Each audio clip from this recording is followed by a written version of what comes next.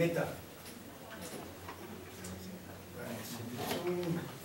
Es un concepto que se utiliza mucho en filosofía, ¿no? O sea, se habla de la metafísica, por ejemplo. No sé, la posición meta es una posición de exterioridad para poner con relación a un dominio de reflexión, cuando ya no se puede solucionar los problemas a nivel de ese dominio, se toma distancia con relación a ese dominio, permite distanciarse, ¿no? Para abarcar la totalidad.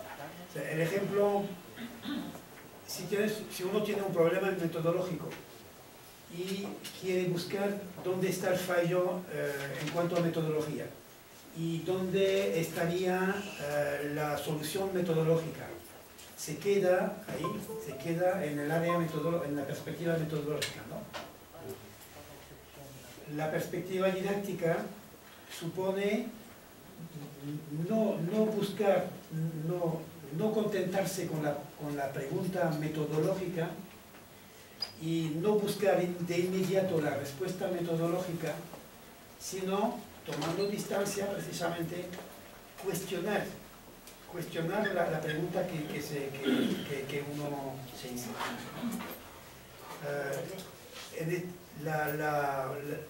La experiencia mental que les propuse antes era ese señor que se preguntaba por qué la manera como había trabajado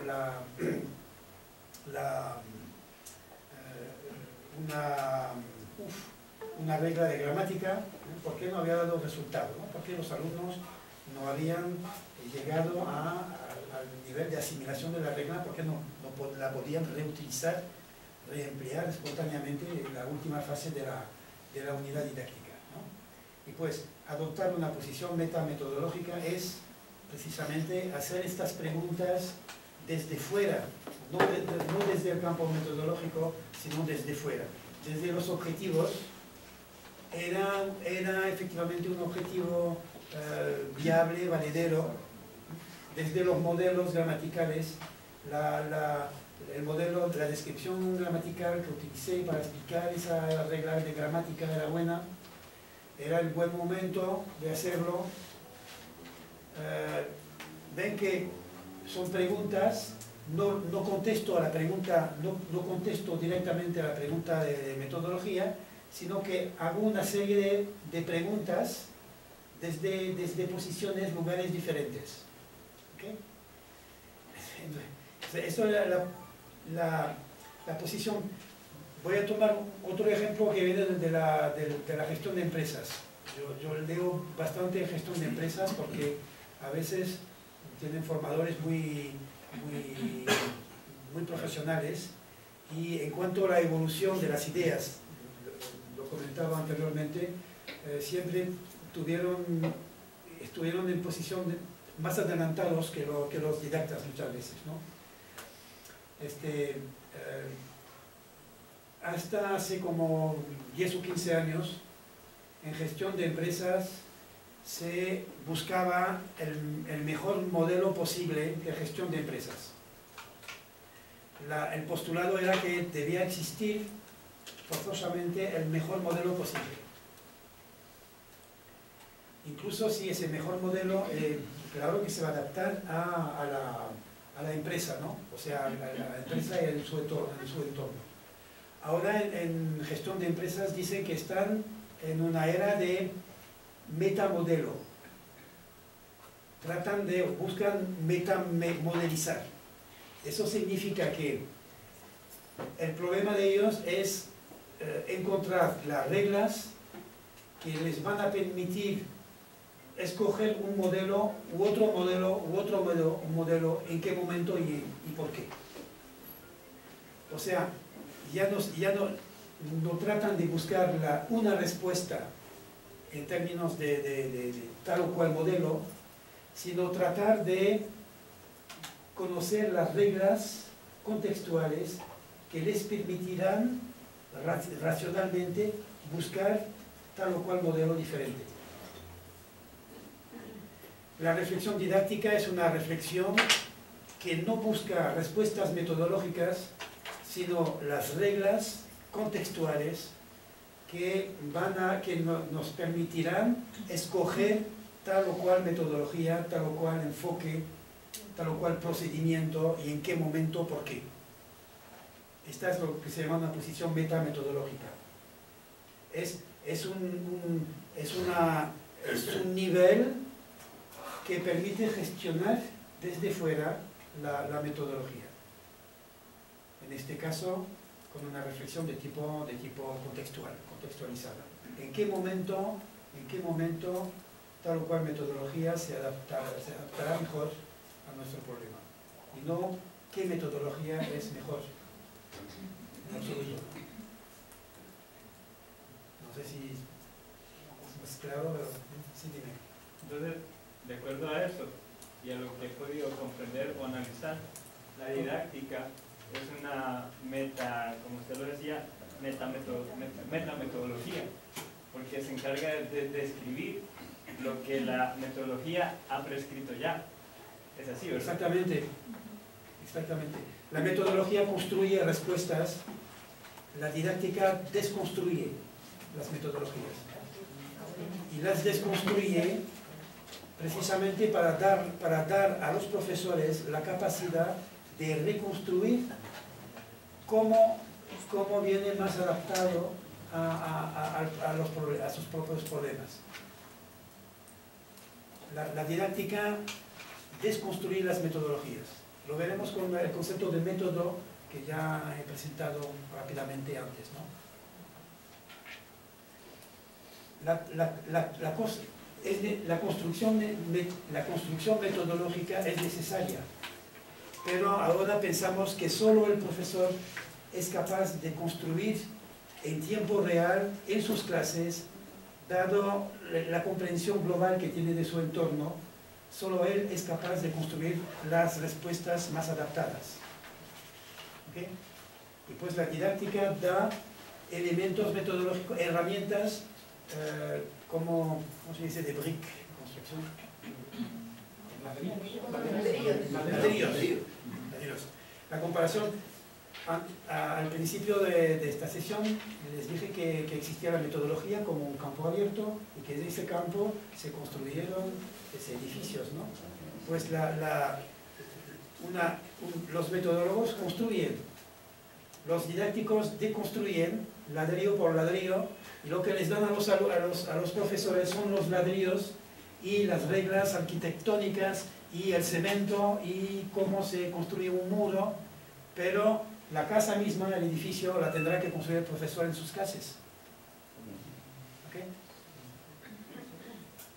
Perdón por el ok, eso me contaminó, fue un virus que me contaminó en Venezuela. Hace 40 años, estuve en Venezuela entre 1972 y 75, pues hace tiempo, ¿no? Pero ahí me entró ese virus y no lo puedo erradicar. Y como no me puedo formatear a mí mismo, hacer una especie de, no solo de reset mental, sino de formateo mental. Bueno, entonces, bien, ok, entonces, esto, proceso central de la perspectiva didáctica.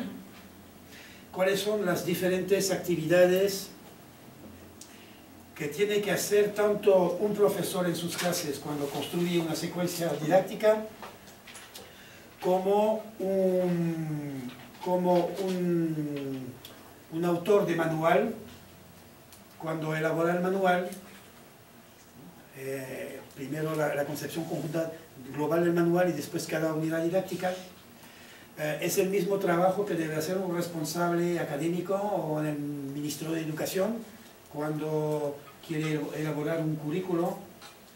O sea, es un procedimiento, es un proceso que se encuentra a todos los niveles de los que intervienen en didáctica, desde un ministro hasta un profesor en sus clases, ¿no? Después volveré a esto, pero esto, enseñamos una lengua cultura. La primera cosa, la primera evidencia es que no podemos enseñar todo, ni toda la lengua, ni toda la cultura. Pues eso allá a nivel de currículo ministerial, ¿no? Pues hay que operar una primera operación que es selección. Lo primero antes de enseñar es saber qué es lo que no se va a enseñar. Esto es lo primero, ¿no? Es lo mismo, esta selección, por ejemplo, se encuentra a nivel de la elaboración de un manual. En el manual, ¿qué es lo que se va a enseñar? ¿Cuáles van a ser los contenidos, ¿no? Selección de contenidos, tanto lingüísticos como culturales, ¿no? Podemos bajar a nivel de profesor en su clase. Ha escogido un documento, cualquier documento en cualquier lengua, se puede hacer clases durante horas y meses y años.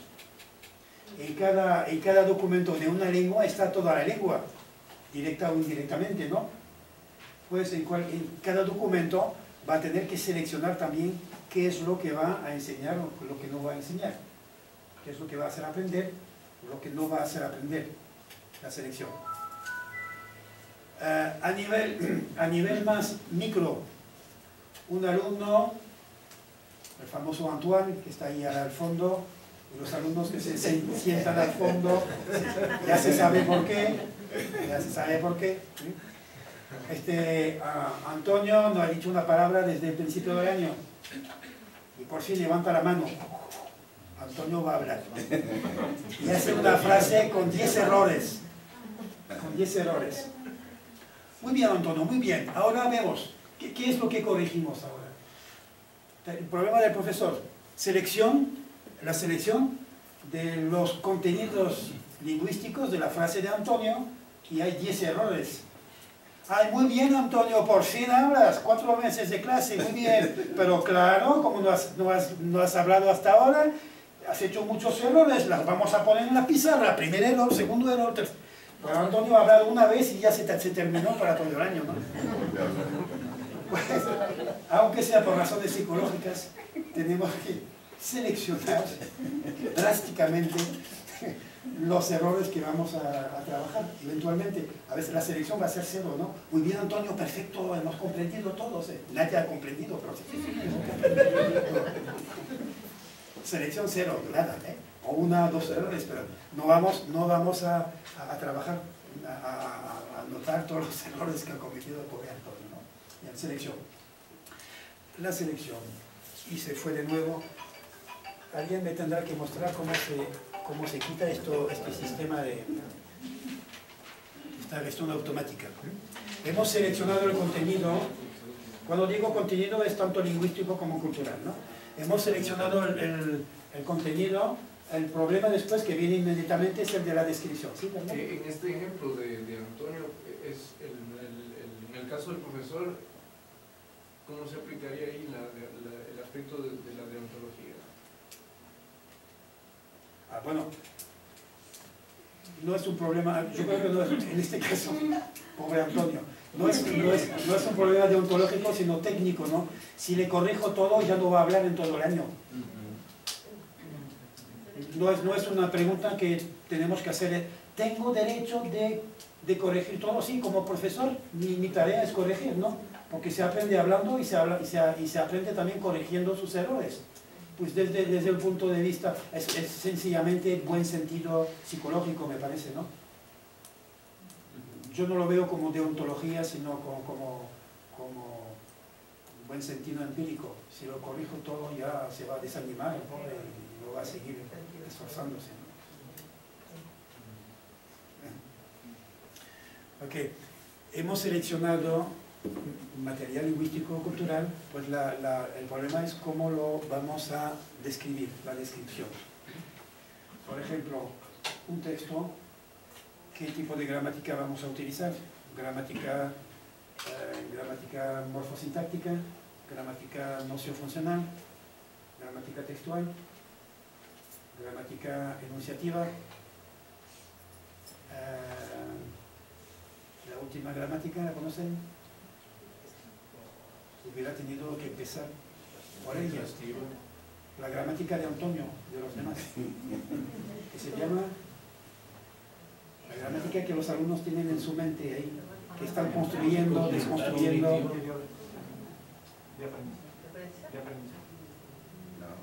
¿Cognitiva? Interlingua. La interlingua. Es la hipótesis constructivista aplicada a la, aprender un idioma es construir, desconstruir constantemente las representaciones que uno tiene de cómo funciona la lengua. ¿Ok? Y generalmente, bueno, cuando son clases de lengua, el alumno hace uso de la L1. Entonces, ¿cómo está ahí? Porque he escuchado que algunos dicen que debe de evitarse completamente el uso de la L1, y he escuchado a otros expertos que dicen que también deberíamos de utilizar más la L1 y para a través de la L1 construir la L2. Pero, claro, la hipótesis constructivista de la interlengua da un estatuto especial a la lengua 1, y a veces sabe que los alumnos van a buscar representaciones incluso en una lengua 2, una lengua 3. Cuando estudian una lengua 3, por ejemplo, yo estoy seguro de que un alumno hondureño que aprende francés a veces hace transferencias a partir del inglés y no del español. Seguramente, me lo confirman. El alumno, cuando no tiene elementos propios de la lengua que está aprendiendo, pues los va sacando de lo que tiene en la mente, ¿no? La interlengua. Ahora, esto es al principio, ¿no? Lo que se evidenció con los estudios es que cada vez más hay menos, cada día hay menos errores de transferencia, como se dice, de calque, ¿no? Transferencia, claro, de una lengua a otra, ¿no? Y más hipótesis que el alumno hace sobre el funcionamiento de la lengua a partir del input, a partir de los ejemplos de lengua a los que ya ha sido sometido. Él hace hipótesis, ¿no? Conscientemente, inconscientemente. Bueno, la interlengua, la noción de interlengua es la noción de complejidad aplicada al proceso de aprendizaje de una lengua. El proceso mental, cognitivo de aprendizaje es un proceso complejo. Y en particular porque cada nuevo elemento no viene a añadirse a los demás, sino que viene que puede obligar a reorganizar la totalidad. Y eso también es una idea ecológica. Pongamos un bosque. Introducimos un animal nuevo en un bosque y es la totalidad del bosque el que se va transformando. Un rebaño de cabras en un bosque, no lo ponga, porque el bosque lo va a ver transformarse en algunos años, porque roben no la hierba, los árboles, la corteza de los árboles, y los árboles se mueren. Bueno, pues benditas cabras. ¿De qué estábamos hablando? ¿Sí? De la gramática. El profesor que llega a clase diciendo, pero ¿qué pasa? Acabo de corregir sus copias, todos hicieron el mismo error, no comprendo. Y pongo el error en la pizarra, pero ¿qué tenían en la mente cuando escribieron todo esto, esa tontería? Ay, es que pensábamos que la gramática, el punto de gramática es un punto de la gramática de interlengua. Porque estoy empezando por la gramática de los alumnos, ¿no? Porque el error, en la teoría, en esa teoría, un error es la aplicación correcta de una regla que todavía no ha madurado en la mente del alumno. Bien, pero es más complejo de eso porque hay otros factores que intervienen, ¿no? Puede haber lapsos, por ejemplo, ¿no? Puede haber otros tipos de... Pero normalmente un profesor debería corregir algunos errores, 2 rayas, y poner frente muy bien, más 2 puntos. Porque se aprende haciendo errores y la corrección permite precisamente eliminar algunas hipótesis. ¿Okay? Bueno, pero ya es otra cuestión. ¿De qué estábamos hablando? De la descripción, así, de descripción gramatical. ¿Cómo se para esto de aquí?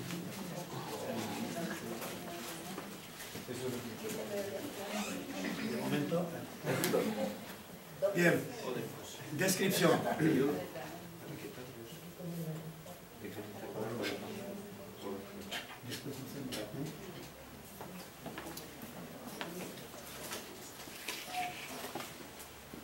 La distribución. Tenemos nuestro material seleccionado.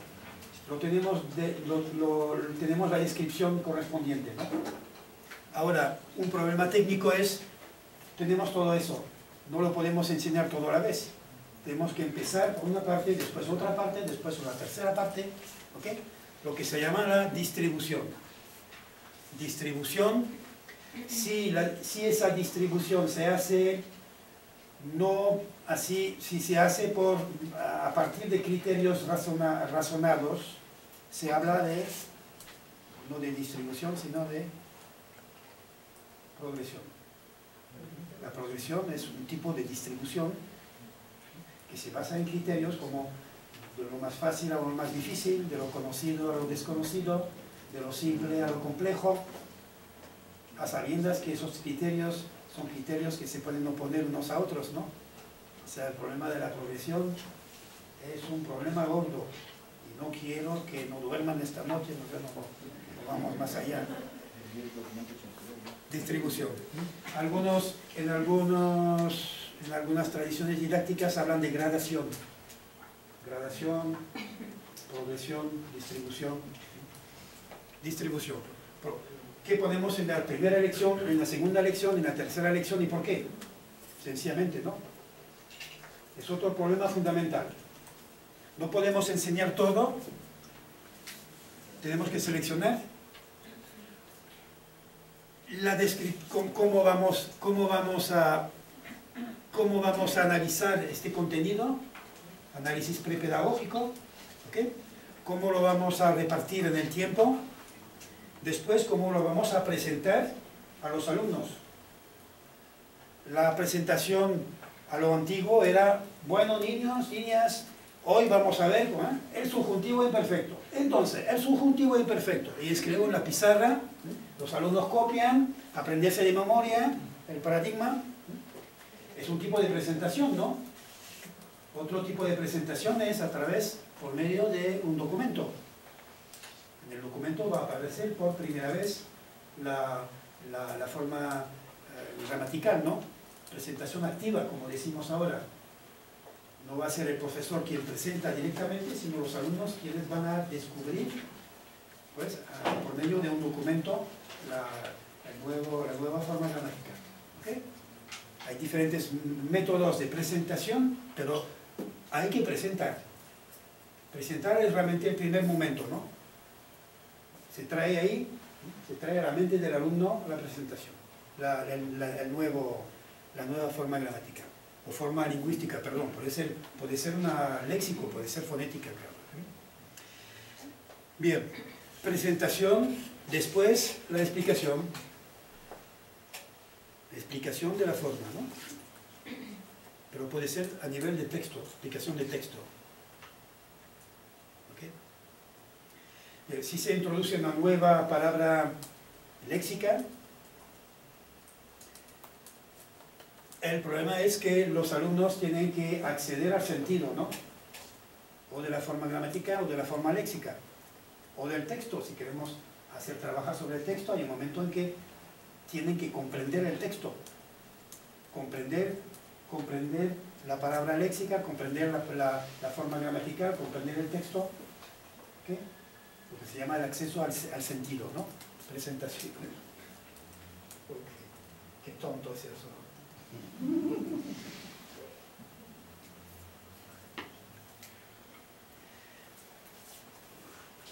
Después una palabra que existe en español, en inglés también, en italiano, no existe en francés. Pero cuando hago un curso de didáctica en francés, digo exercización. He creado el neologismo, porque es muy práctico. Es todo lo que son todas las actividades que van a permitir que finalmente los alumnos asimilen la forma gramatical o léxica, y se dice que la forma está asimilada cuando es capaz de reutilizarla él mismo, personalmente, espontáneamente, cuando la necesita para expresarse él mismo. ¿Ok? Esto se llama asimilación, o a veces se llama apropiación también, no sé qué concepto utilizan aquí. ¿Hay otro concepto también? Pueden intervenir, para decirme, profesor, aquí no se dice asimilación, sino apropiación. Yo no soy racista, acepto todos los... Lo que me interesa más es el concepto que está detrás de la palabra, ¿no? Más que la palabra misma. Ejercitación. La ejercitación, para una forma gramatical, va desde un ejercicio de identificación. En este texto, buscar las formas, no sé por qué, pero es una tabla en subjuntivo imperfecto, ¿no? Siempre viene el subjuntivo imperfecto. En este texto, buscar las formas del subjuntivo imperfecto, o las formas que no conocen todavía, y es el subjuntivo imperfecto. A qué corresponde, y después viene, como decía anteriormente, después de la identificación viene la conceptualización, después la aplicación, después el entrenamiento, y las situaciones de reempleo, ¿no? Es un esquema estándar de trabajo, tanto sobre léxico como sobre gramática, y a veces sobre fonética también. Se puede hacer conceptualización fonética, ¿no? Ejercitación, ¿no? Y forzosamente ejercitación guión corrección, porque no basta con que los alumnos practiquen, forzosamente se aprende haciendo errores y corrigiendo sus propios errores, ¿no? La hipótesis cognitiva actual, ¿ok? Pues ejercitación viene con corrección. Y la evaluación final. Y ahora podemos ir al principio, que conoce, que es la evaluación prospectiva, que es la evaluación que hacemos a los estudiantes antes de empezar una secuencia, por ejemplo, para saber si tienen los prerequisitos, para saber qué es lo que ya conocen o no conocen, y esa evaluación prospectiva nos permite adaptar mejor la secuencia que vamos a preparar. Y si tienen fallos ya después de la evaluación, antes de empezar la secuencia, pues vamos a empezar por ejercicios de remediación, ¿ok? Remediación, que se pueden hacer también aquí, pero también aquí. Pues ahí tienen, y ven la importancia de la evaluación, que es lo que pone en un sistema recursivo la totalidad de este proceso, ¿no? ¿Okay? Lo llamo proceso central, o proceso principal o esencial, no sé qué. Repito, es un proceso que utiliza tanto el profesor en su clase en tiempo real con sus alumnos, ¿okay? Como un autor de manual, como un conceptor de currículos. Son siempre esas actividades, y en ese orden, ¿no? Por eso digo un proceso central.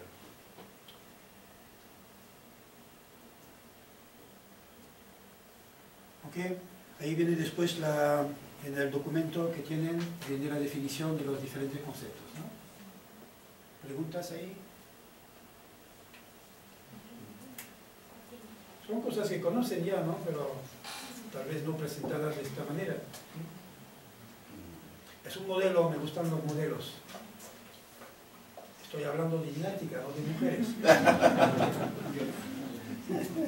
Eso no significa que no me guste que no me guste depende del momento, de la mujer también.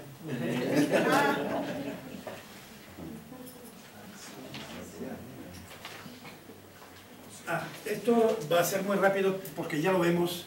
La metodología como espacio abierto de reflexión, construcción permanente, y la metodología audiooral, la metodología audiovisual, el enfoque comunicativo, veremos cuando abordemos el enfoque, por qué se llamó enfoque y no metodología, pero tal vez tengan las respuestas.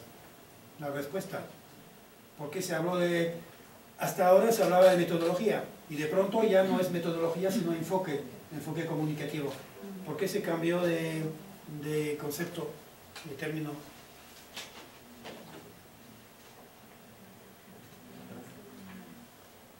En Francia se dice approche, que se